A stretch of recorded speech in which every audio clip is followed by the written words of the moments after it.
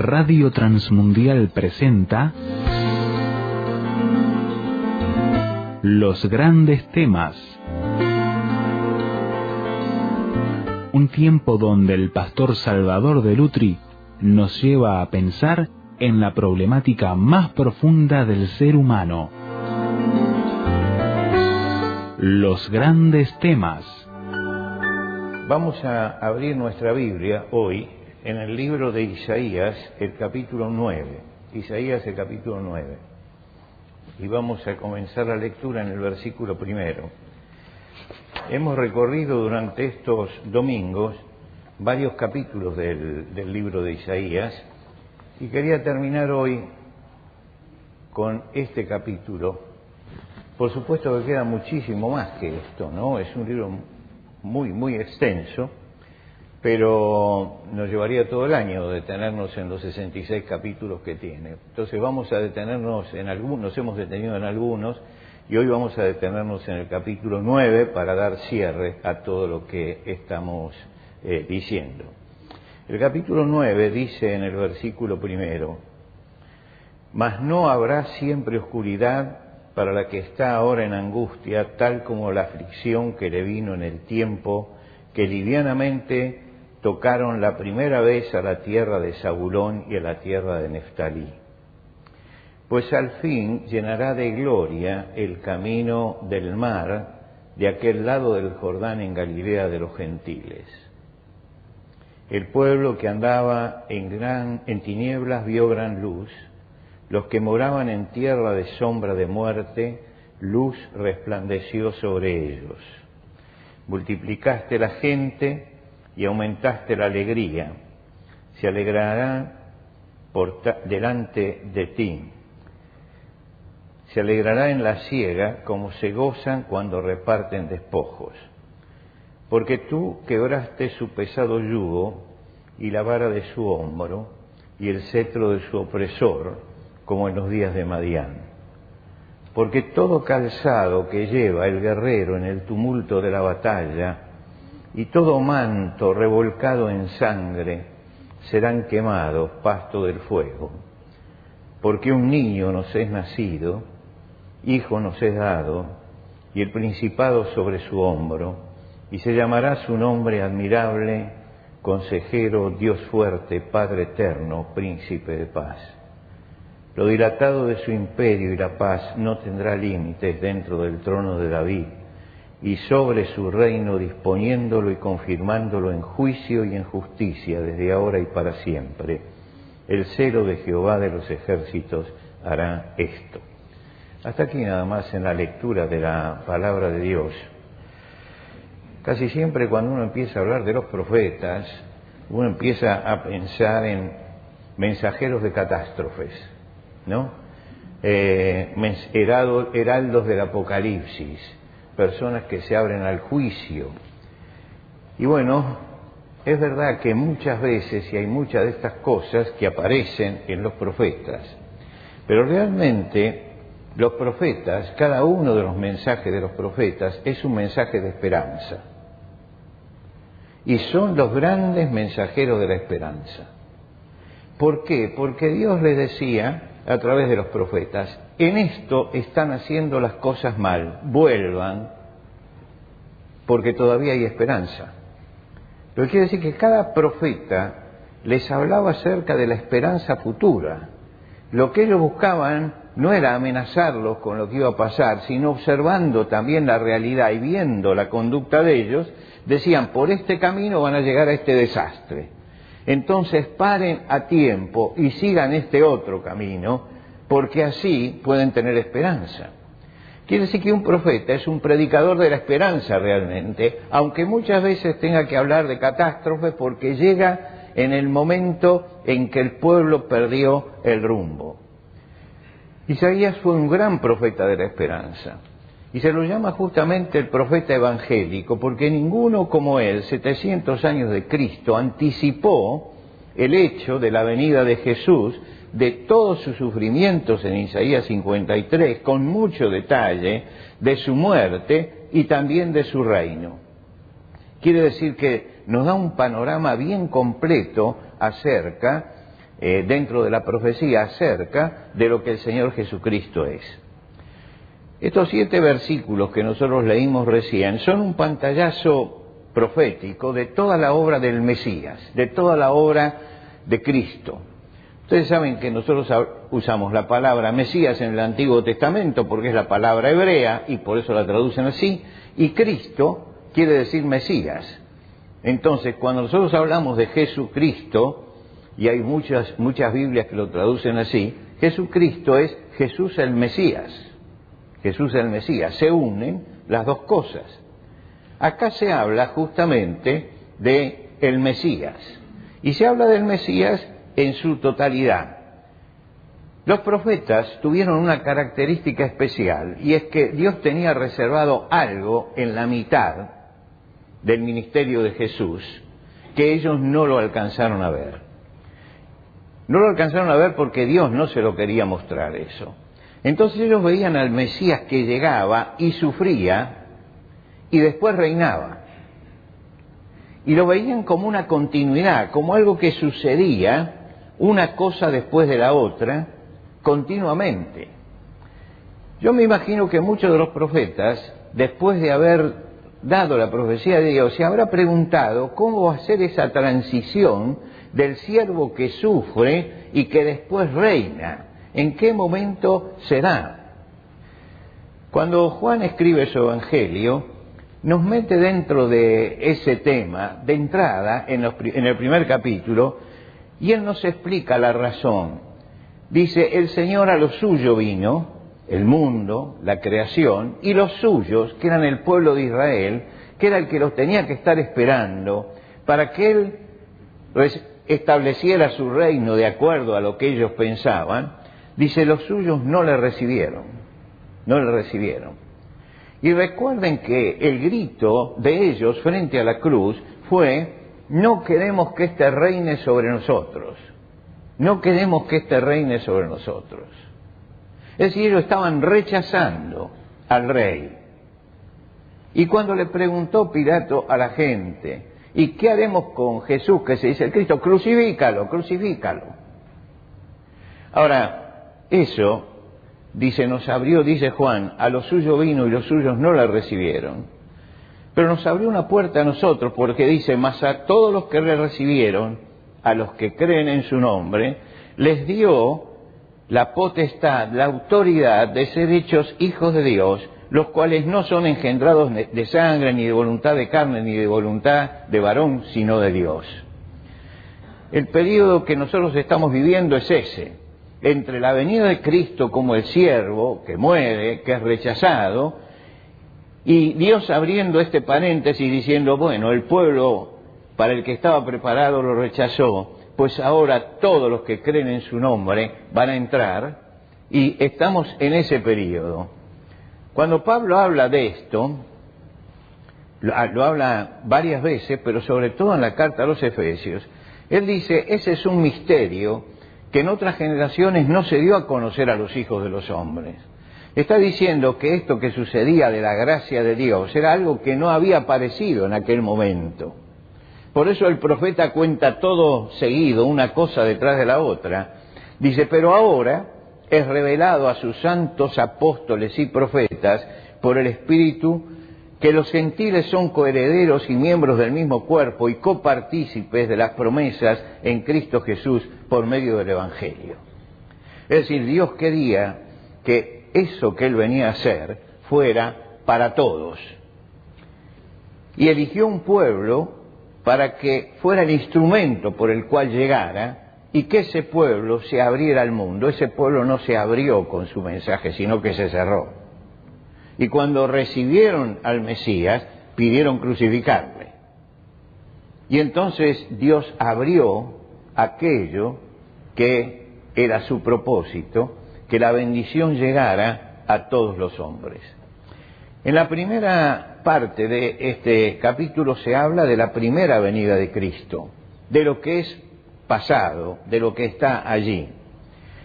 El apóstol Pablo dice, así pues, todas las veces que comiereis este pan y bebiereis esta copa, la muerte del Señor, y me hace mirar para atrás, porque la muerte está en el pasado y la cruz está en el pasado, la muerte del Señor anunciáis hasta que Él venga, y me hace mirar al futuro. Está la muerte de Cristo y está el reino de Cristo también sobre los hombres. Comienza diciendo Isaías: no habrá siempre oscuridad para la que está ahora en angustia, tal como la aflicción que le vino en el tiempo que livianamente tocaron por primera vez la tierra de Zabulón y Neftalí. Y cuando nosotros leemos estos dos nombres, decimos: ¿qué tiene que ver con la venida de Cristo?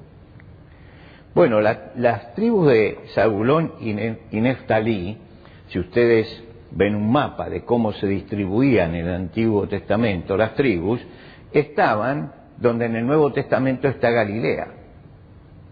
Quiere decir que cuando dice que no va a haber siempre oscuridad en esa zona, sino que en esa tierra se va a abrir la luz y va a llegar la luz, está diciendo que en la tierra del norte, en Galilea, es donde se iba a ver el resplandor de la luz.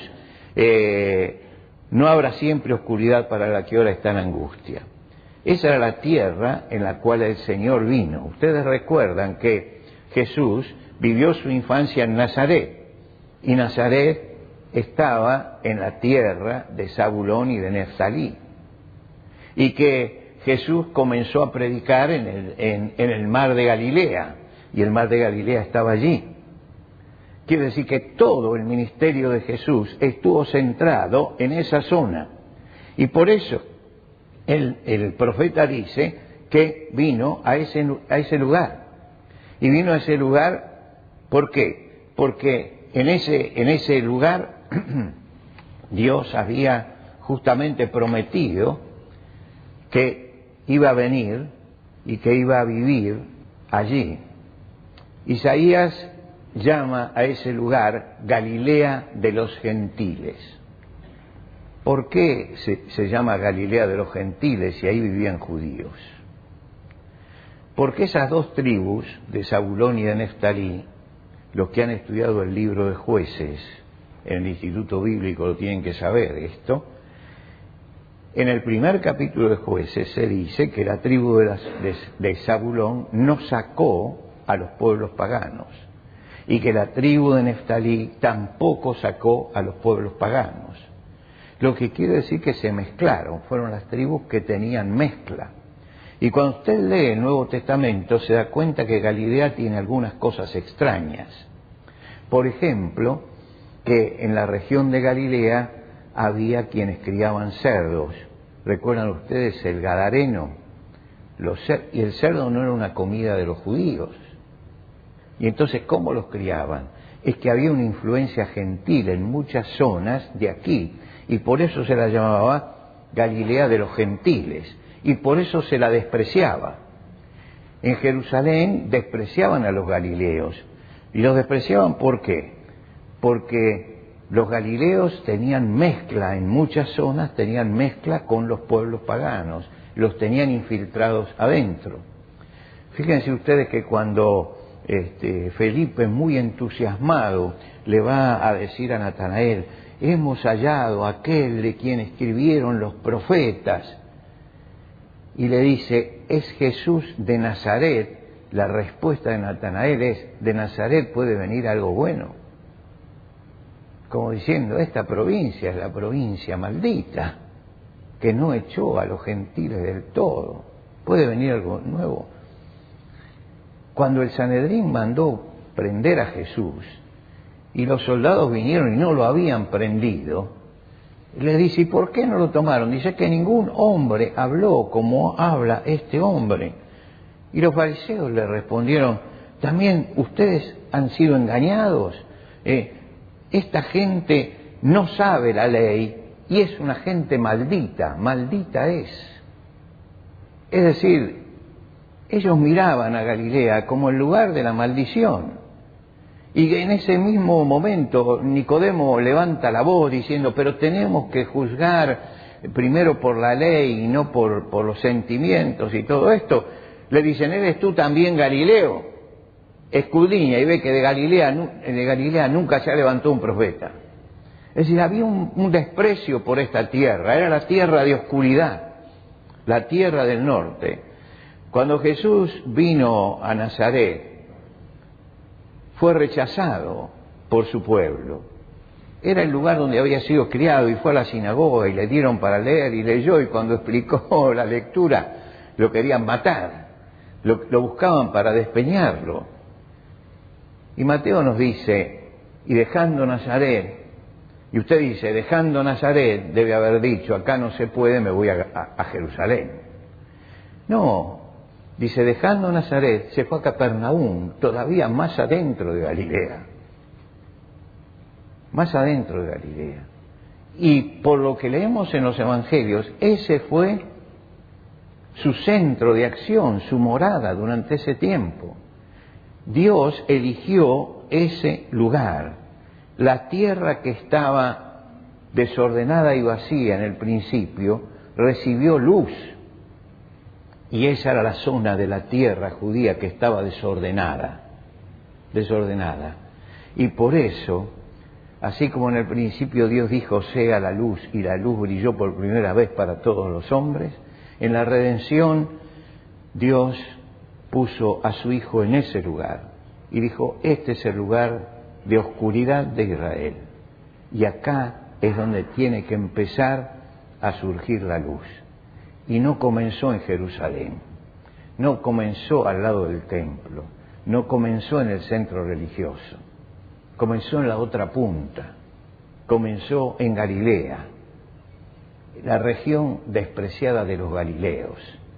Cuando los galileos bajaban a Jerusalén, la gente se burlaba porque tenían acento galileo.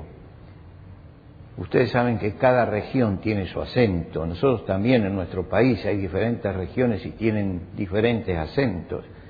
Los galileos, cuando alguien hablaba y ellos interpretaban o lo oían que era galileo, para ellos era comenzar el desprecio. Y cuando llegaban a la sinagoga no le hacían leer la ley en Jerusalén, porque tropezaban en las palabras. Era Galileo de los gentiles. En ese lugar es donde resplandeció la luz de Jesucristo, y como dice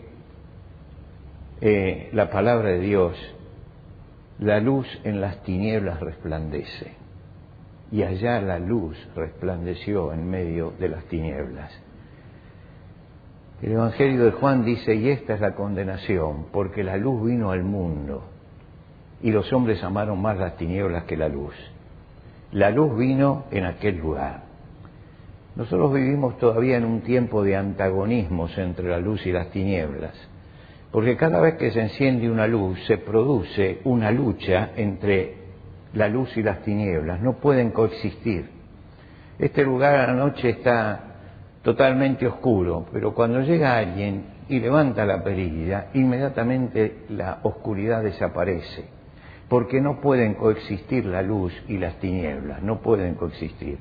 Nosotros estamos en este momento viviendo esa etapa del medio, ¿no?, en que el Señor vino, pero todavía hay una parte que está en tinieblas con respecto a esto. El apóstol Pablo en la carta a los Romanos dice, la noche está avanzada y se acerca el día, desechemos las obras de las tinieblas y vistámonos de las armas de la luz. Está diciendo, esto todavía sigue siendo así. Las tinieblas, sin embargo, no van a prevalecer. Y la segunda parte de este capítulo nos habla no de que en medio de las tinieblas vino la luz, sino nos habla de que la luz prevalece. Porque el Hijo del Hombre vendrá en la gloria de su Padre, dice en Mateo el Señor, con sus ángeles, y entonces pagará a cada uno conforme a su obra. Quiere decir que cuando venga el Señor será la victoria final sobre la luz, sobre las tinieblas y sobre la oscuridad. En el sermón profético el Señor vuelve a decir lo mismo. Cuando el Hijo del Hombre venga en su gloria y todos los santos ángeles con él. Entonces se sentará en su trono de gloria. ¿Para qué? Para juzgar a los hombres y para terminar con la oscuridad. Un día llegaremos a eso. En la última cena Jesús se reunió con los discípulos y les dijo: vendré otra vez y os tomaré a mí mismo para que donde yo estoy, ustedes también estén. Y cuando Isaías habla de esta venida de Cristo, de esto que está todavía en el futuro, dice: porque todo calzado que lleva guerrero en el tumulto de la batalla y todo manto revolcado en sangre será quemado, pasto del fuego. En este momento en que hay no solamente rumores de guerra, sino guerras en el mundo, aún en la franja de Gaza, más de 160 misiles se lanzaron en esa zona que durante 10 años estuvo más o menos pacificada. Y ayer sonaron, después de 10 años, en todo Israel las alarmas para que la gente fuera a los lugares de refugio. Y esto es lo último, pero todos sabemos lo que está pasando en Europa, todos sabemos lo que está pasando en Ucrania, y que esta guerra está involucrando a un montón de naciones, y que esta guerra está involucrando a países que no están en Europa también, además de todos los países europeos. Estamos en las vísperas de lo que podría ser una tercera guerra mundial. Y una tercera guerra mundial, como dijo Einstein cuando le preguntaron cómo será la tercera guerra mundial, él dijo: yo no sé cómo será la tercera guerra mundial, pero sé cómo será la cuarta. ¿Cómo? Con palos y piedras. Palos y piedras. Porque no hay otra salida para eso. Y uno dice, sin embargo, acá se dice: todo calzado que lleva el guerrero será pasto de fuego, y todo manto revolcado en sangre será quemado, pasto de fuego. Todo eso será destruido. Y esto es lo que todos anhelamos en nuestro corazón. ¿Quién de nosotros quiere la guerra? ¿Quién de nosotros quiere estos derramamientos de sangre?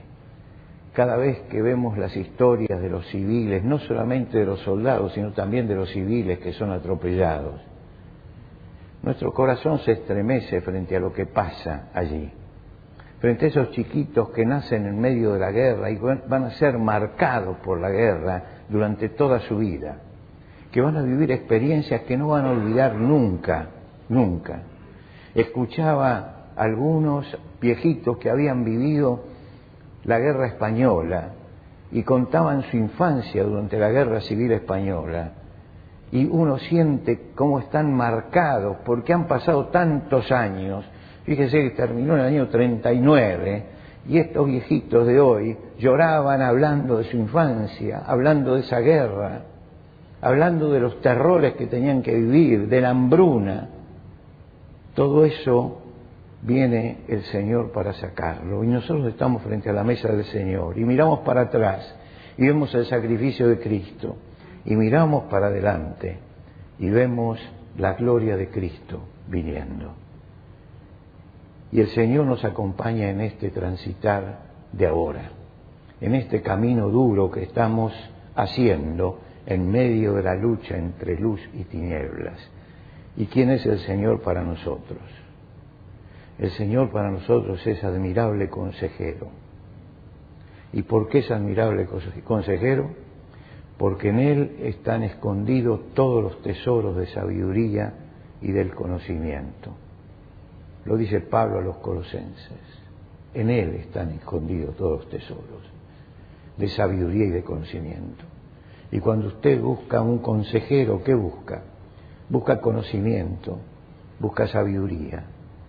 Dice: Él es el admirable consejero, porque en Él están escondidos todos los misterios, todos, de sabiduría y de conocimiento. Dios fuerte, Dios fuerte. ¿Y por qué es Dios fuerte? Judas en su carta dice: porque es poderoso para guardarnos sin caída y presentarnos sin mancha delante de su gloria con gran alegría.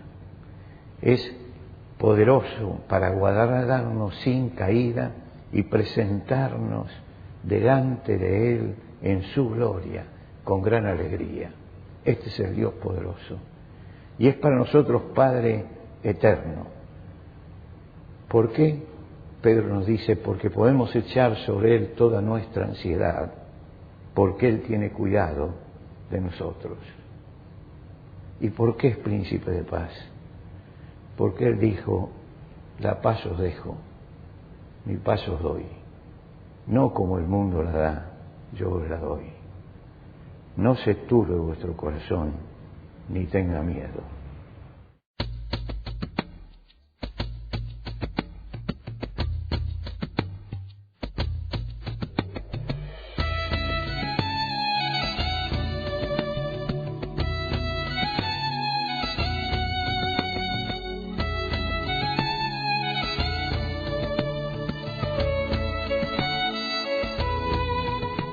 ¿Qué le pareció el desafío que nos presentó el pastor Salvador de Lutri en los grandes temas de hoy?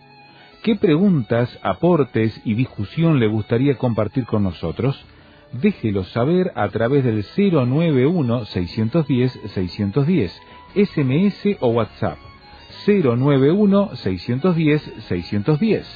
Si está fuera de Uruguay, agregue el número en su libreta de contactos así, símbolo de más. 598-91-610-610.